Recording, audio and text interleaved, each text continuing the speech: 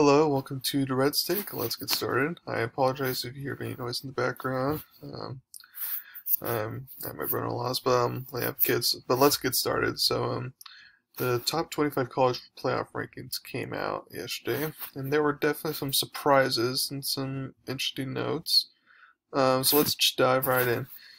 So the top two, I think no one has disputes over right now with Bama and Notre Dame. Then it got interesting because despite Ohio State being undefeated, they put Clemson over them. Now, after what I saw from Ohio State on Saturday, and when you take into account that Clemson didn't have Trevor Lawrence and a couple defensive starters for them and their loss to Notre Dame, it actually makes sense. I don't have a problem with it. If some people do, that's fine, but I don't have a problem with it. Even though that's not what I would have done. But also, the ACC title game will determine anyways who gets in between Clemson and Notre Dame. I also do not have a problem with A&M being over Florida right now because you got to honor head-to-head. It has to matter, so I'm glad that they're honoring that. Cincinnati being 7th was interesting. I would have them like 8th or so, but oh well, they can actually make the playoffs. If Bama wins out, Buckeyes win out, Notre Dame wins out, A&M gets upset by a team like Auburn. Since that's asking for a lot, though, I think we should just settle for Cincinnati being in the New Year's Six Bowl team instead. Then you got Northwestern, Georgia, and Miami ran out the top 10.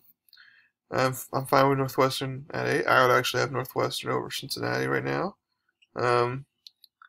They demolished Wisconsin, so they deserved it. Georgia at 9 is in my opinion, is an utter embarrassment. And it shows the SEC bias that people have. They get blown out by their two best opponents. And they have the one ranked over Auburn. But after Auburn plays Alabama this week, Auburn will not be ranked anymore. So there'll just be one win against a good team. But it just doesn't make any sense. Like that there's other one loss teams like Miami and others like Indiana stuff. Like Georgia shouldn't be in the top 10. That's just complete total SEC bias right there. But not their most disgraceful thing that they did there. And then Miami, I'm fine with them being in the top 10 because their only loss is to Clemson. Now it was a blowout loss, which is not good, but that was their only loss. And then for 11 through 15, you got Oklahoma, Indiana, Iowa State, BYU, and Oregon. So Oregon, they're top ranked Pac-12 team at 15. I'm actually fine with that placement for right now because they've only played 3 games. We need to see more from them. But odds are they're just expect whoever wins Pac-12 to be in the Fiesta Bowl or something. Don't expect the Pac-12 team in the playoffs just because not only is there not games for the Pac-12, but just doesn't look like there's like a super dominant one like a Notre Dame or something like that. But I'm fine with Indiana at 12. I would maybe put them 11, but I find them 12. But the thing that's caught my eye and I thought was dumb. So you honor head-to-head obviously with Notre Dame and Clemson, that's obvious. But you also honor head-to-head with Texas A&M and Florida. But yet with Oklahoma, Iowa State, you don't honor head-to-head because they both have the same record. It's like, really? I thought that was hypocritical of them. But oh well. For some reason, I feel like Oklahoma's clearly the better team than Iowa State, even though Iowa State beat them. But again, that's something I wouldn't have done. But again, another little mark of disapproval there. But then, the biggest thing is now for BYU. So those who are familiar with the show know that's my school. I'm a big fan. As you can see here. What I'm about to say is in my unbiased opinion. The playoff committee must be on, as Stephen A. Smith says, some weed.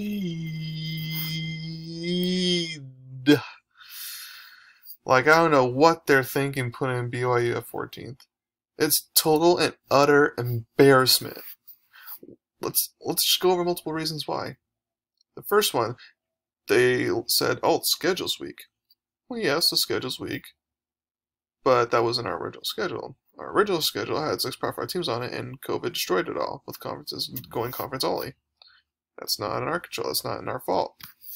Next, with our weak schedule, we've dominated all our opponents like you're supposed to as a good team playing at basketball. We've dominated. We are winning by a margin, an average margin of 34 points per game, which is first in the FBS, which means it's more than Alabama. And we're a top 10 offense in mostly every statistical category, and a top 10 defense in the most every statistical category. This is, in my opinion, this is a very bad look for the playoff committee. Now, I understand that with COVID and everything, it's very hard to come out with this top 25 ranking with people playing different number of games and strength schedules and all that.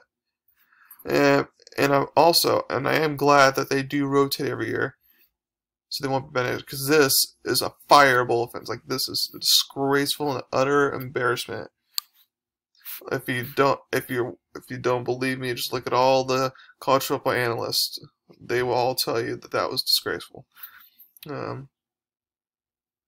Then you have Wisconsin, Texas, USC, North Carolina, and Coastal Carolina for 15 and 20.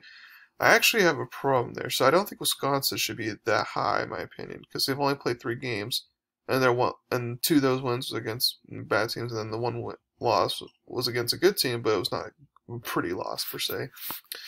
So in my opinion, they should barely be even in the top 25. So that was a little high for them. And then you got Texas, I'm fine with there. USC, I'm fine with there. North Carolina, I thought it was a little bit high for them. Like I would put like other 2 teams like an Auburn, Oklahoma State ahead of them as right. But I mean, I guess we'll if North Carolina upsets Notre Dame, then that's well deserved. I mean, the Coastal Carolina 20. I thought they could be a little bit higher, but at least it's nice to see them in the top 20. To round out, yeah, Marshall, Auburn, Oklahoma State, Iowa, and Tulsa. Marshall, undefeated. Get a little bit of respect there. I'm fine with them there. Auburn, Oklahoma State, I'm fine with them there. Although Auburn's about to jump out due to Bama, unless there's upside there. But I don't approve of both Iowa and Tulsa, especially Iowa, because they don't really have that many good wins. And then they lose, and then their 2 toughest opponents they lose to. Again, with only 5 games, you're only 3 and 2. Now, it's a difference between being like 5-2 or 6 and 2, like Auburn, Oklahoma State is, versus just 3 and 2. Like that's not enough to put you in top 25. Now, if Iowa were to finish 6 and 2 at the Big Ten, then okay, yeah, they're top 25 material. But like that's right now, that's a little bit too early. But then the chair of the playoff committee is AD from Iowa, so obviously there's some bias there. But anyways, I feel like there should be another team there, like maybe like a Washington or something like that, who's even though it's only played 2 games, they looked dominant in both of their games. In fact, I would say Washington's looked like the most dominant team and the best team in the Pac-12 so far. Like that's how good they played. And then Tulsa, it's like, I know they're barely in the top 25 of the AP, so I kind of understand why they're in the top 25 here. But I wouldn't have put them in there. I would have probably put someone else in there. But that's just me. There's not a lot of other options. So, other than that, that's pretty much it there. So, my main takeaways is there's definitely an SEC bias here. The playoff committee is hypocritical, and they don't give any love to the little guys. So, again, hopefully as time goes on the next month or so, they get better with their rankings. But to start off, this was very bad look for the committee, very bad. Okay, so now to go over my NFL picks for this week. Got 3 Thanksgiving games tomorrow. Texans and Lions. I'm going to take Texans here, Deshaun Watson.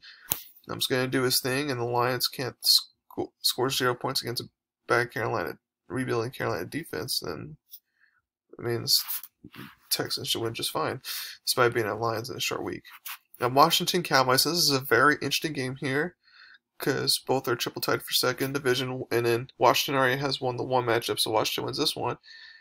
Even though Cowboys aren't mathematically limited, it's very hard for the Cowboys to make a case after this game if they lose. But also same with Washington. So it's at home, Thanksgiving Day. The Cowboys look like they've kind of figured something out against Minnesota with Dalton back in the mix now, and the defense starting to play a little bit better. So I'm actually going to take Cowboys here to win in a very close game. Ravens versus Steelers. Now, originally, at the beginning of the week, I had Ravens getting revenge here, but many factors are pointing against the Ravens. One, Gus Edwards and J.K. Dobbins, two running backs for the Ravens, are both going to be out due to COVID, and then they've had other COVID people test COVID as well, so have had time to practice a lot, which I feel like that's going to show up on the field, and the Steelers are going to win at home because of that on a short week. You got Raiders versus Falcons. Raiders are automatically. Falcons won't be able to stop them. Chargers versus Bills. Now, this is going to be a very interesting game. I feel like it's going to be closer than what the experts are saying here. But I am going to take Bill because it's at Buffalo and cold weather situation. But expect Justin Herbert to play good, though. Giants versus Bengals. Now with Joe Burrow, the Giants win. Titans versus Colts. Very interesting game here. I know it's at Indianapolis, but I feel like Tennessee getting a confidence booster with a win against Baltimore. And I feel like since they just played the Colts recently, they're going to learn from their mistakes. And I feel like they're going to get revenge for the Colts and take the lead in the division there. And they're going to have to if they want to win a division, not be a wildcard team. Then you got the Panthers versus Vikings. So this one could be very interesting as well. But even if Teddy Bridgewater does come back, I feel like after what the Vikings did yesterday, I feel like they're going to want to get revenge at home. And I feel like they're just going to put too many points for the Panthers to outscore them. So I have Vikings there. Then you got the Cardinals and Patriots. So, I feel like this could be a close game, especially since Bill Belichick might have a good scheme to guard Kyler Murray, but I'm going to take the Cardinals here just because they have more talent. Dolphins versus Jets. Dolphins automatically. Two will bounce back here against these team. Browns versus Jaguars. I'm going to take Browns here, obviously. Jaguars won't much of an answer for the Browns running game. And you got the Saints versus Broncos. I'm going to take the Saints here. Now, you may be thinking cold weather might be a factor, and for some players might be, but for Taysom Hill starting, you have to remember, he's from Idaho. He played in Utah for BYU. So therefore, not only is he used to the cold weather, but he's also used to elevation, so that will not be an issue for him. But the defense here for the Broncos is going to be better than Atlanta's defense, so it'll be kind of interesting to see what happens here. But again, I feel like Taysom will do just fine, but then the Saints defense will carry the day for them. They'll get the win here. 49ers versus Rams. Now, this is very interesting here because the 49ers won the first matchup. Again, Jimmy Garoppolo's not playing this time. Kittle's not playing this time stuff. So I feel like this is the easy game for the Rams at home to get revenge in and to keep their division lead. Chiefs versus Bucks. Now, if you were to ask me a couple weeks ago, I would say Bucks actually might win this game at home because the Chiefs won't be able to stop Bucks. But I think it's the other way around. The Bucks won't be able to stop the Chiefs, in my opinion, and they're bad on primetime matchups. So I feel like the Chiefs are going to get the win here in a shootout close game. Bears versus Packers. I'm going to take the Packers here. The Bears are starting Mitchell Trubisky, but it's just like I feel like that won't matter. I feel like with bad offensive line play, Packers are probably going to get advantage on the defensive front there and win. And then you got the Seahawks and Eagles for Monday Night Football. This could be interesting, but I'm going to take Seattle here to win on Monday Night Football to keep themselves in the division race there and make things more interesting in the NFC East. So there you have it. Again, I got Texans, Cowboys, Steelers, Raiders, Bills, Giants, Titans, Vikings, Cardinals, Dolphins, Browns, Saints, Rams, Chiefs, Packers, Seahawks. And so that's it for today. Thank you very much for listening to my podcast. Please subscribe to my channel, tell me about me. Thank you very much, and you have a wonderful day.